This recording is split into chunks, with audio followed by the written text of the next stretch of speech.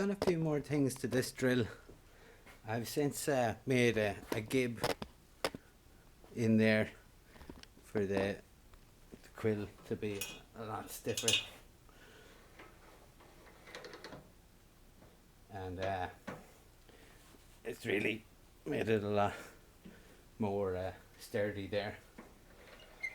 And this is about the best way. I've been taking out this chuck, made a drift out of a clamp there, knocked it in with the small mallet, or knocked it out with the small mallet and knocked it in back with the blue one there. And this seems to be about the best way to ensure that I've no run out. Mind you, that chuck needs to be replaced.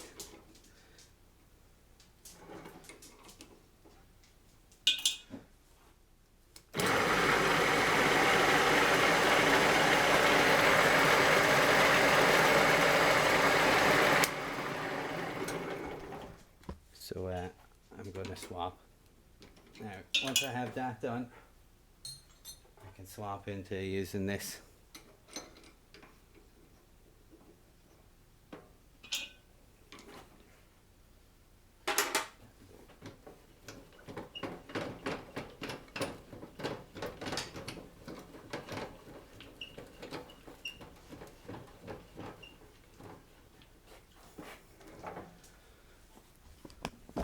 Hopefully you can see.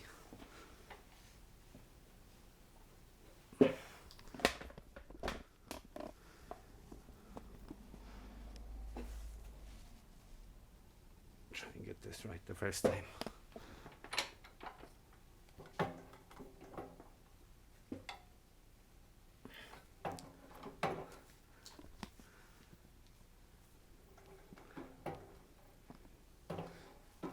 See, at this level, you're just going to have to take my word for it. And once I got that done, I suppose I can leave that up. I'll give you a look at the underside of this. I've, for this plate to work, I've had to tap 2 holes there to accept the bolts. And I've since shimmed this jack, if you'll bear with me now.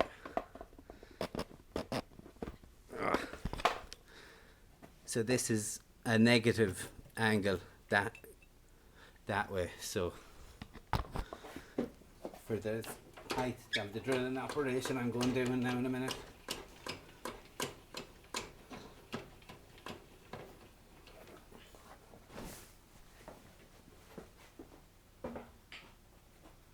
I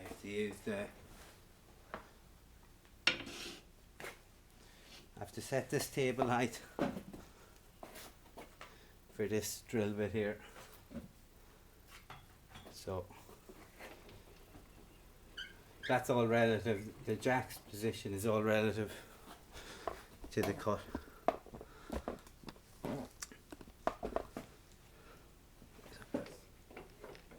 I've that already set, that jack, so for my maximum size drill bit.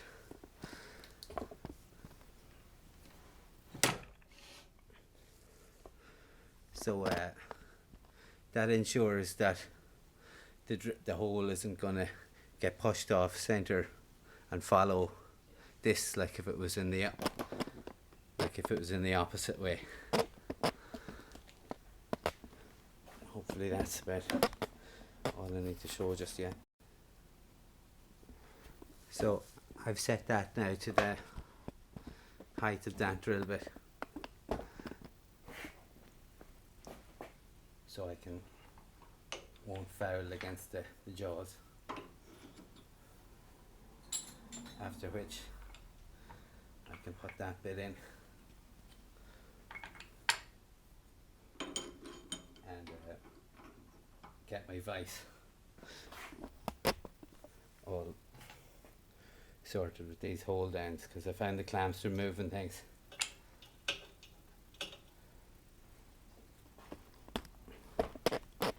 I'll sort that out now.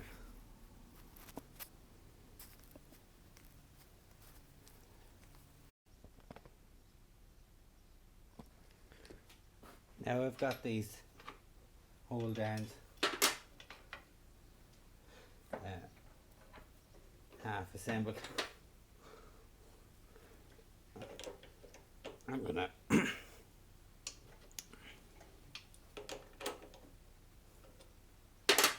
forgot to mention I also trammed this vise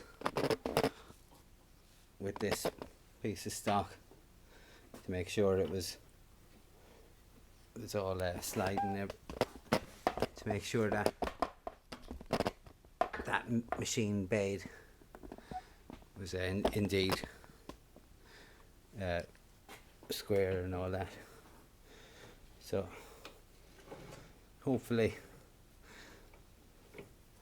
this will square this up for me, and possibly even this hole is undersized, so hopefully now I'll be able to even just make it a bit perfectly oversized by a certain amount for the fit. I have to set this up, yeah. You get the idea, and I'll show you in that in a second here.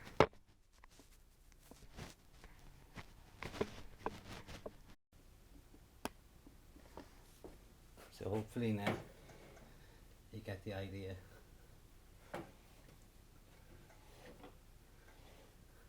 It was Tom French that I got the idea from for these hold down.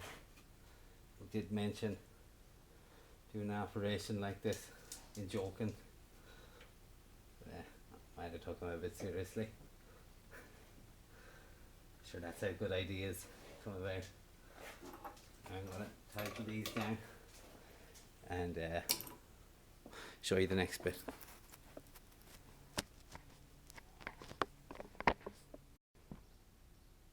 I forgot to mention that I had to put pressure to the table to the right before locking it down, before I got these all aligned and locked down. So ready to, now that I've got this, it's a good tight fit in that. Make sure everything's clamped down. Now I can release the lever and change the bit.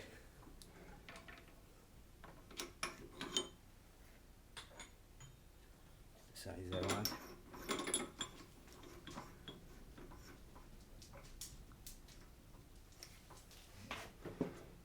Show you about that.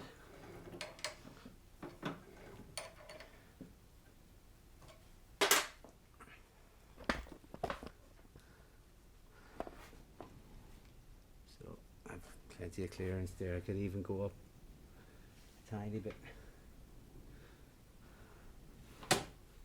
Just make sure that I don't bottom out on that thing, which I am ever so slightly, but that should give me a good enough reference now. So every time I have to lock the table, I have to keep pressure on the right. Make sure everything's locked down, including that table. I think that's about all to show you.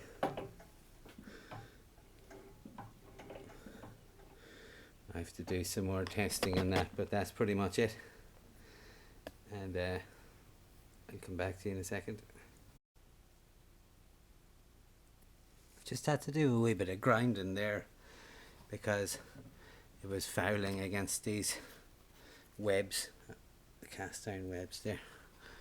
So I lopped that wee bit off, because I was having a lot of distance between the bottom of the table there and the jack. So I'm gonna have to do all this test again. The main thing is, the first thing to do is make sure that that table has got sufficient pressure, and loosen these. So I don't have a socket set like this. Hopefully they're not so bad.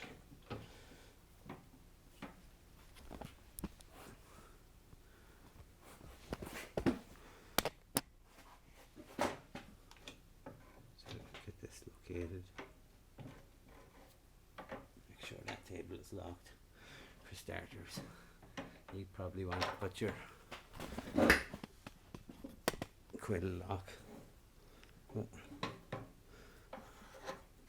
Probably want to put your set your quill lock there, and I don't really have to do that.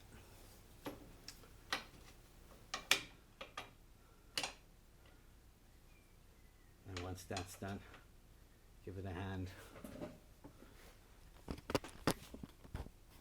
tightening there. So hopefully there's a wee bit of allowance for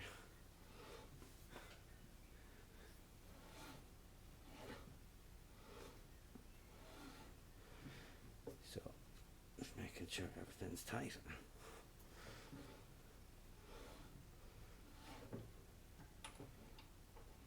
And we can clamp up that. Make sure that's tightened down. I'd like to try and save you from watching me do this.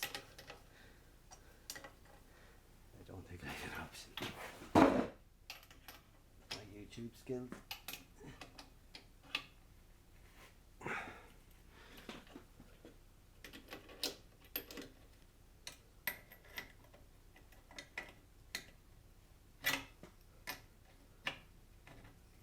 Do some measurables.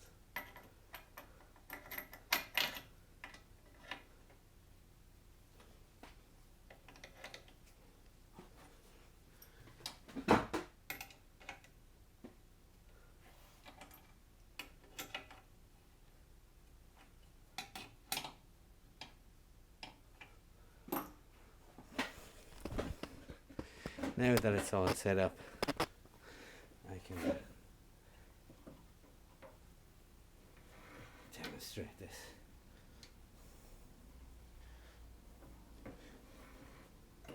So we're not cutting lips of the bit, aren't making contact, and we are actually.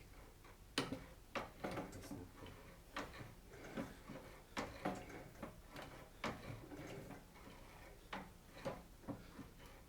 think I need to go through all this again with just the table part.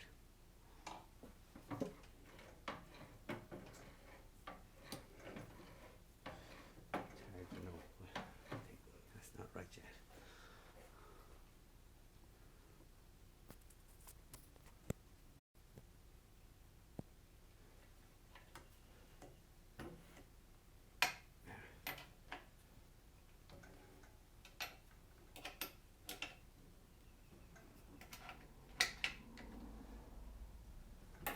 Shouldn't be going anywhere.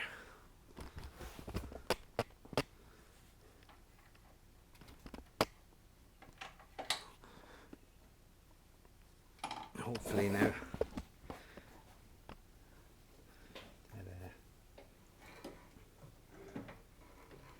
still catching the ends.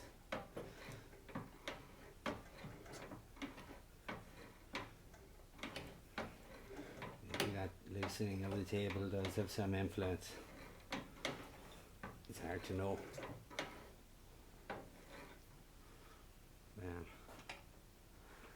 See how things go after another test.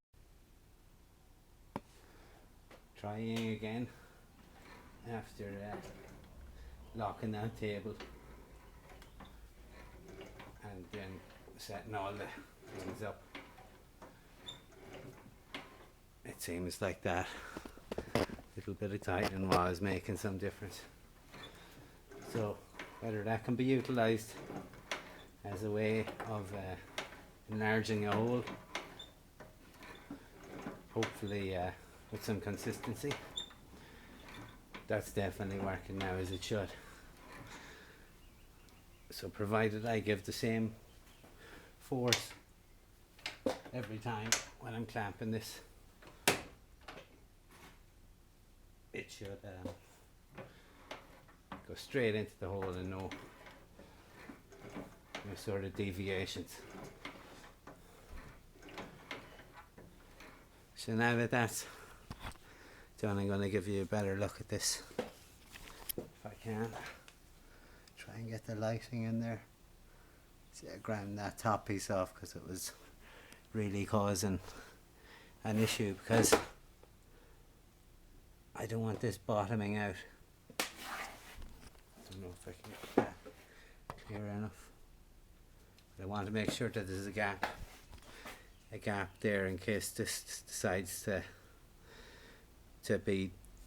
support and follow that down. Likewise, the way that this is a positive rake, which means there's a gap if it gets pushed down further against this side. And I haven't done anything, there's a gap there. I'm thinking that might influence things the way I don't want as well. So at least with this, it's still to be known if the table deflection is going to be a worse offender than that jack taking the support. That's more experiments that somebody else can do, hopefully, and I won't have to. So with that working right, I can swap me bits and have a shot. I got a new drive belt as well for the machine, so it'll be a bit more tolerable now. I might have to chop this up once or twice just to. This is how you use a bad chuck. The chuck key in the left hand, keep everything tight. And you weren't even being able to see that way.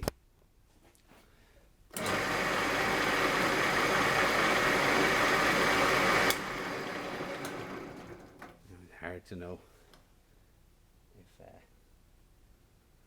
making any difference at all. Something's off there. I think that bit is too far down. Oh no, I'm not used to my new quill yet. I have to sort that out. My new gib for the quill wasn't fully up. So you can see doing a lot of things together here, and it's all kind of a bit confusing. But I have to get you out of the way for that, to make sure I do it right. It's not so easy, this YouTube malarkey. The table does move to the left when you tighten that clamp. So, I suppose, here goes nothing. Glass is on. Tighten down. Hopefully make sure that it's hard to know how much to do that vice as well. Let's see if you can. I think I'm running out of video now. Here goes nothing.